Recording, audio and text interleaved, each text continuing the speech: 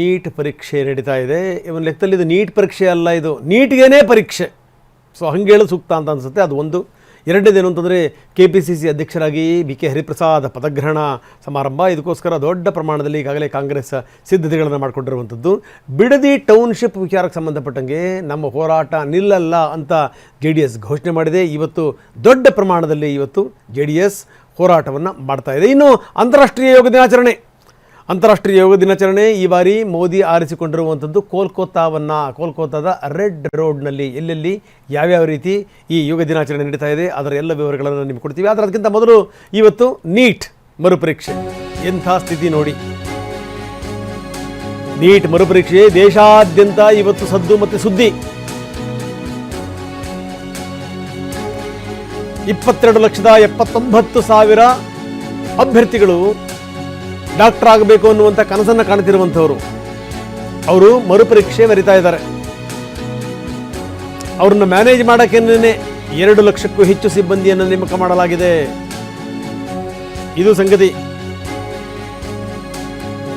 ದೇಶದ 551 ನಗರಗಳಲ್ಲಿ ಅಲ್ಲಿನ ಕೇಂದ್ರಗಳಲ್ಲಿ ನೀಟ್ ಪರೀಕ್ಷೆ, ವಿದೇಶದಲ್ಲೂ ಕೂಡ ಕೇಂದ್ರಗಳನ್ನು ಸ್ಥಾಪಿಸಲಾಗಿದೆ. ಅಲ್ಲೂ ಕೂಡ ನೀಟ್ ಪರೀಕ್ಷೆ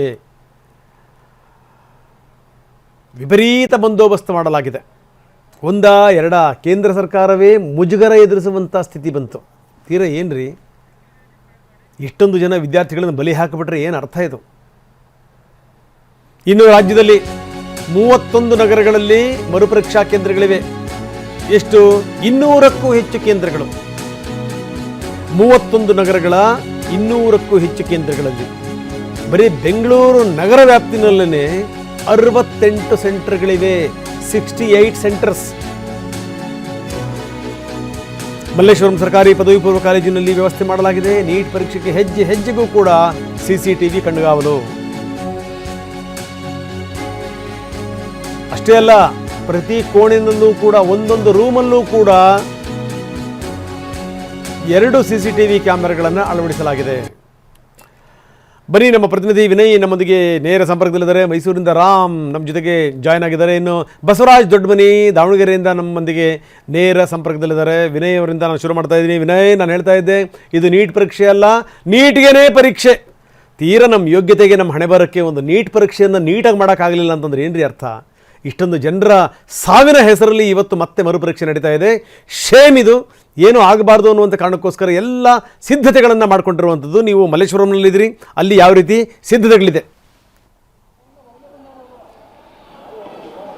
ರಂಗನಾಥ್, ಸದ್ಯಕ್ಕೆ ನಾನೀಗ ನೀಟ್ ಪರೀಕ್ಷೆ ಮರುಪರೀಕ್ಷೆ NTA ಮಾಡ್ತಾ ಇದೆ.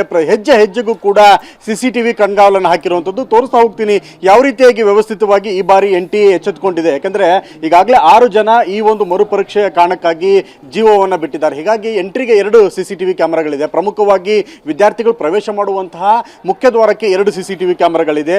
ಸದ್ಯಕ್ಕೆ ಸರ್ಕಾರಿ ಪದವಿ ಪೂರ್ವ ಕಾಲೇಜಲ್ಲಿ 16 ಕೊಠಡಿಗಳನ್ನು ಮಾಡಿಕೊಳ್ಳಲಾಗಿದೆ. ಜೊತೆಗೆ ಸೂಕ್ತ ಭದ್ರತೆಗಳನ್ನು ಸೇರಿದಂತೆ ಸಕಲ ರೀತಿಯ ಸಿದ್ಧತೆ ಮಾಡಿಕೊಳ್ಳಲಾಗಿದೆ. ಇನ್ನು ನೀವು ಹಾಲ್ಗೆ ಪ್ರವೇಶ ಮಾಡ್ತಾ ಇದ್ದಾಗ ಇಲ್ಲೂ ಕೂಡ ನಿಮಗೆ ಎಂಟ್ರಿಗೆ 2 CCTV ಕ್ಯಾಮೆರಾಗಳಿವೆ. ನಿಮಗೆ ನೋಡಬಹುದು, ಪ್ರತಿ ಪರೀಕ್ಷಾ ಕೊಠಡಿ ಎಂಟ್ರೆನ್ಸ್ಗೆ ಕೂಡ ಇದೆ. ಒಳಗ ಭಾಗಕ್ಕೆ ನಾವು ಸರ್ವೇ ಸಾಮಾನ್ಯವಾಗಿ ನೋಡ್ತೀವಿ, ಆದರೆ ಎಂಟ್ರಿ ಭಾಗಕ್ಕೂ ಕೂಡ ಈ ಬಾರಿ CCTV ಕ್ಯಾಮೆರಾವನ್ನು ಹಾಕಿರುತ್ತದೆ. ಯಾಕಂದ್ರೆ ಪ್ರತಿಯೊಂದು ಮೂಮೆಂಟ್ಗಳನ್ನ, ಚಲನವಲನಗಳನ್ನ ಅಬ್ಸರ್ವ್ ಮಾಡಬೇಕು ಅನ್ನೋ ಕಾರಣಕ್ಕಾಗಿ ಈ ಬಾರಿ ನ್ಯಾಷನಲ್ ಟೆಸ್ಟಿಂಗ್ ಏಜೆನ್ಸಿಯವರು ಸಾಕಷ್ಟು ಎಚ್ಚೆತ್ತುಕೊಂಡಿದ್ದಾರೆ. ಯಾಕಂದ್ರೆ ಈ ಕಳೆದ 2-3 ವರ್ಷಗಳಲ್ಲಿ ಅವರು ಮಾಡಿರುವಂತಹ ಅವಾಂತರಗಳು, ಎಡವಟ್ಟುಗಳು ಸಾಕಷ್ಟು ವಿರೋಧ ಕಾರಣ ಆಗಿದೆ. ದೇಶಾದ್ಯಂತ ಪ್ರತಿಭಟನೆಗಳು ಕೇಳಿ ಬಂದಿದೆ. ಹೀಗಾಗಿ ಇಷ್ಟು ಮುನ್ನೆಚ್ಚರಿಕಾ ಕ್ರಮಗಳನ್ನು ತೆಗೆದುಕೊಂಡಿರುವಂಥದ್ದು. ಇನ್ನು ಪರೀಕ್ಷಾ ಕೊಠಡಿಯ ಒಳಭಾಗಕ್ಕೆ ನೀವು ಪ್ರವೇಶ ಮಾಡ್ತಾ ಇದ್ದ ಹಾಗೆ ಪ್ರತಿಯೊಂದು ಬೆಂಚ್ಗೆ ಒಬ್ಬ ವಿದ್ಯಾರ್ಥಿಯ ಆಸನದ ವ್ಯವಸ್ಥೆಯನ್ನು ಮಾಡಿರುವಂಥದ್ದು.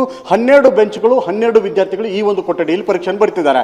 ಇದರ ಜೊತೆಗೆ ನಿಮಗೆ ಪರೀಕ್ಷಾ ಕೊಠಡಿಯಲ್ಲಿ 2 CCTVಗಳು, ಒಂದು ಏನಾದರೂ ತಾಂತ್ರಿಕ ದೋಷದಿಂದ ಕೈ ಕೊಟ್ಟರು ಕೂಡ ಮತ್ತೊಂದು CCTV ವರ್ಕ್ ಆಗಬೇಕು ಅನ್ನೋ ಕಾರಣಕ್ಕಾಗಿ 2 CCTV ಕ್ಯಾಮೆರಾಗಳನ್ನು ಅಳವಡಿಸಿಕೊಂಡಿರುವಂಥದ್ದು. ಜೊತೆಗೆ ಮುಖ್ಯವಾಗಿ NTA ನೀಡಿರುವಂತಹ ಗಡಿಯಾರವನ್ನು ಕೂಡ ಪ್ರತಿಯೊಂದು ಪರೀಕ್ಷಾ ಕೊಠಡಿ ಒಳಭಾಗಕ್ಕೆ ಅಳವಡಿಕೆ ಮಾಡಿರುವಂಥದ್ದು. ಯಾಕಂದ್ರೆ ಯಾವುದೇ ರೀತಿಯಂತ ಟೈಮ್ ಹೆಚ್ಚು ಕಡಿಮೆ ವೇರಿಯೇಷನ್ ಆಗುವಂಥದ್ದು, ಜೊತೆಗೆ ವಿದ್ಯಾರ್ಥಿಗಳಿಗೆ ಅನ್ಯಾಯ ಆಗುವಂಥದ್ದು, ಇವುಗಳನ್ನೆಲ್ಲವನ್ನು ತಡೆಗಟ್ಟಬೇಕು ಅನ್ನೋ ಕಾರಣಕ್ಕಾಗಿ ಸಕಲ ರೀತಿಯ ಸಿದ್ಧತೆಗಳು ಮಾಡಿಕೊಳ್ಳಲಾಗಿದೆ.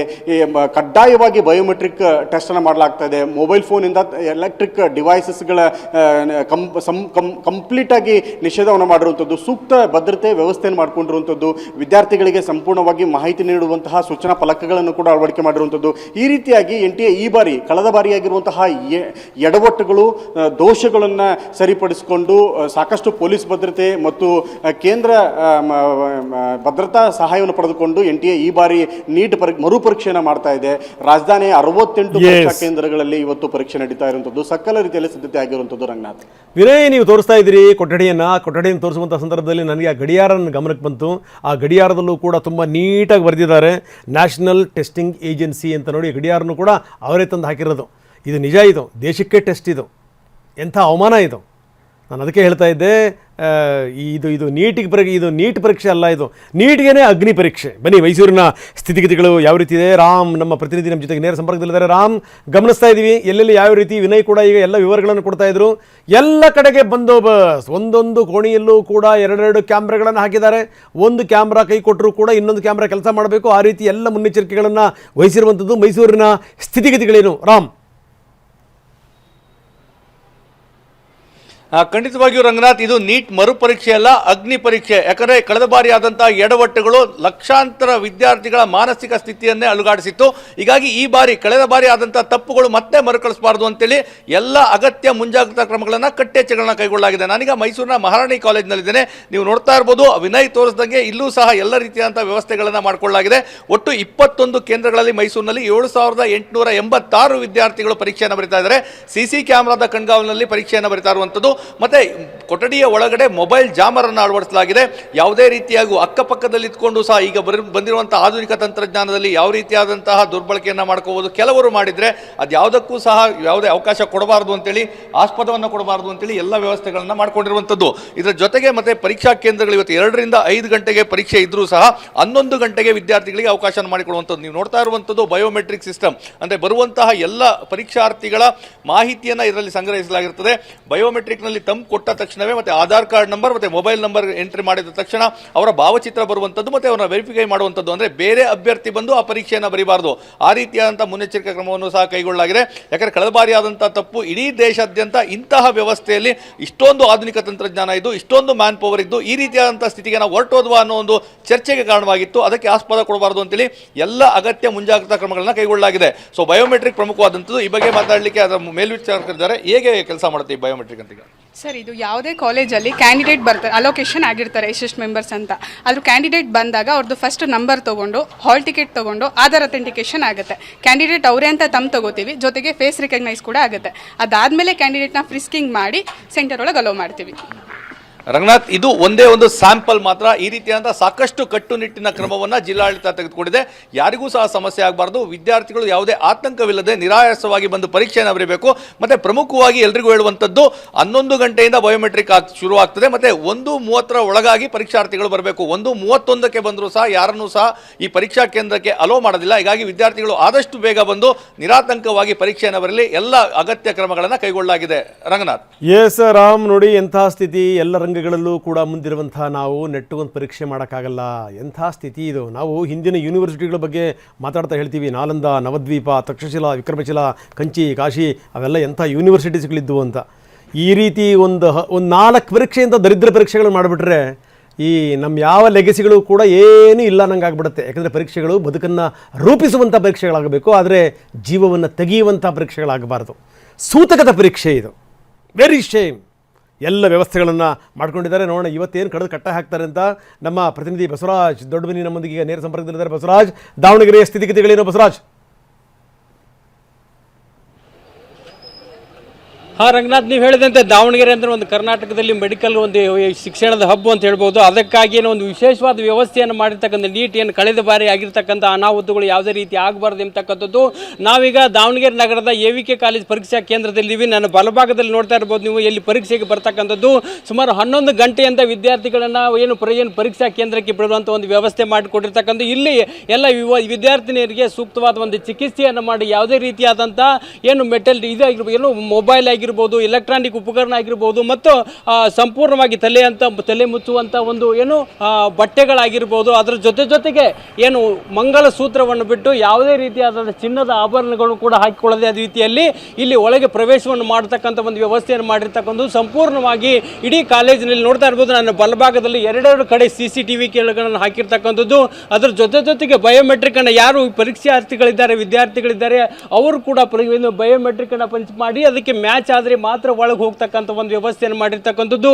ಈ ಮಹಿಳಾ ಸಿಬ್ಬಂದಿಗೆ ಏನು ಈ ವಿದ್ಯಾರ್ಥಿ ನಿರ್ಧಾರ ಅವರನ್ನು ಪರಿಶೀಲನೆ ಮಾಡಿ ಯಾವುದೇ ರೀತಿಯ ತೊಂದರೆ ಆಗದ ರೀತಿಯಲ್ಲಿ ಮತ್ತೆ ಯಾವುದೇ ಒಂದು ಸೋರಿಕೆ ಆಗದ ರೀತಿಯಲ್ಲಿ ಈ ಹಿಂದೆ ಕೂಡ ಏನು ಆಗಿತ್ತು ಒಂದು ರೀತಿ ಅನಾಹುತ ಆಗಿ ಕಳೆದ ವರ್ಷಕ್ಕೆ ಕೆಲವು ದಿನಗಳ ಮರುಪರೀಕ್ಷೆ ನೀಡುವಂಥ ಒಂದು ಪರಿಸ್ಥಿತಿ ಬಂದಿದೆ. ಅದು ಮತ್ತೆ ಮರುಕಳಿಸಬಾರದು ಎಂಬತಕ್ಕಂಥದ್ದು. ನಮ್ಮ ಜೊತೆ ಈ ಪರೀಕ್ಷಾ ಕೇಂದ್ರದ ನಿರ್ದೇಶಕ ಬಣಕಾರ್ ಅವರಿದ್ದಾರೆ. ಯಾವೆಲ್ಲ ವ್ಯವಸ್ಥೆಯನ್ನು ಮಾಡಿಕೊಂಡಿದ್ರಿ ಈ ಬಣಕಾರ್ ಅವರು? ಪರೀಕ್ಷೆಗೆ ಎಲ್ಲ ಪೂರ್ವ ಸಿದ್ಧತಾ ಕ್ರಮವಾಗಿ ಎಲ್ಲ ವ್ಯವಸ್ಥೆಯನ್ನು ಮಾಡ್ಕೊಂಡಿದ್ದೀವಿ. ಪ್ರಿಸ್ಕಿಂಗ್ ಟೀಮ್ ಇದೆ ಮತ್ತು ಬಯೋಮೆಟ್ರಿಕ್ ಟೀಮ್ ಕೂಡ ಬಂದಿದೆ. ಪೊಲೀಸ್ ಸಿಬ್ಬಂದಿ ಎಲ್ಲ ಸಹಕಾರದಿಂದ ತುಂಬ ಚೆನ್ನಾಗಿ ನಡೀತಾ ಇದೆ. ಈ ಸಾರಿ ತುಂಬ ಕಟ್ಟುನಿಟ್ಟಿನಾಗಿ ಪರೀಕ್ಷೆಯನ್ನು ನಡೆಸ್ತಾ ಇದೆ. ಒಟ್ಟಾರೆ ನೋಡ್ತಾ ಇರ್ಬೋದು ರಂಗನಾಥ್ ಅವರಿಗೆ ಈ ಪರೀಕ್ಷಾ ಕೇಂದ್ರದ ನಿರ್ದೇಶಕ ಬಣಕಾರ್ ಅವರು ಹೇಳಿದ ಪ್ರಕಾರ ಮತ್ತು ಈಗಾಗಲೇ ಕೂಡ ಏನು ನಿನ್ನೆಯೇ ಒಂದು ಹುಬ್ಬಳ್ಳಿ ಒಂದು ಏರ್ಪೋರ್ಟ್ನಿಂದ ಹೆಲಿಕಾಪ್ಟರ್ ಮೂಲಕ ಬಂದಂಥ ಪ್ರಶ್ನೆ ಪತ್ರಿಕೆಗಳನ್ನ ತಂದು ಇವತ್ತು ಬ್ಯಾಂಕಿನ ಖಜಾನೆಯಲ್ಲಿ ಇಡಲಾಗಿತ್ತು. ಆ ಖಜಾನೆಯಲ್ಲಿ ಇರ್ತಕ್ಕಂಥ ಪ್ರಶ್ನೆ ಪತ್ರಿಕೆಗಳನ್ನ ನೇರವಾಗಿ ಈಗ ಪರೀಕ್ಷಾ ಕೇಂದ್ರಕ್ಕೆ ತಂದಿರತಕ್ಕಂಥ ಅದಕ್ಕೆ ವಿಶೇಷವಾದ ಒಂದು CRPF ಪೊಲೀಸ್ ಒಂದು ವ್ಯವಸ್ಥೆ ಒಂದು ಭದ್ರತೆಯನ್ನು ವ್ಯವಹರಿಸಿರ್ತಕ್ಕಂಥದ್ದು. ಯಾವುದೇ ರೀತಿಯಾದ ತೊಂದರೆ ಆಗದ ರೀತಿಯಲ್ಲಿ ಮತ್ತು ಈಗ ಈ ಹಿಂದೆ ನಡೆದಂಥ ಅನಾಹುತಗಳು ಆಗದ ರೀತಿಯಲ್ಲಿ ಒಂದು ಸೂಕ್ತವಾದ ವ್ಯವಸ್ಥೆಯನ್ನು ಕೈಗೊಂಡಿದ್ದಾರೆ ಅಂತಕ್ಕಂಥದ್ದು ಸ್ಪಷ್ಟ ಆಗ್ತಾ ಇದೆ. ರಂಗನಾಥ್, ಎಸ್, ಧನ್ಯವಾದ ತಮ್ಮೆಲ್ಲ ಮಾಹಿತಿಗೆ. ನೋಡಿ,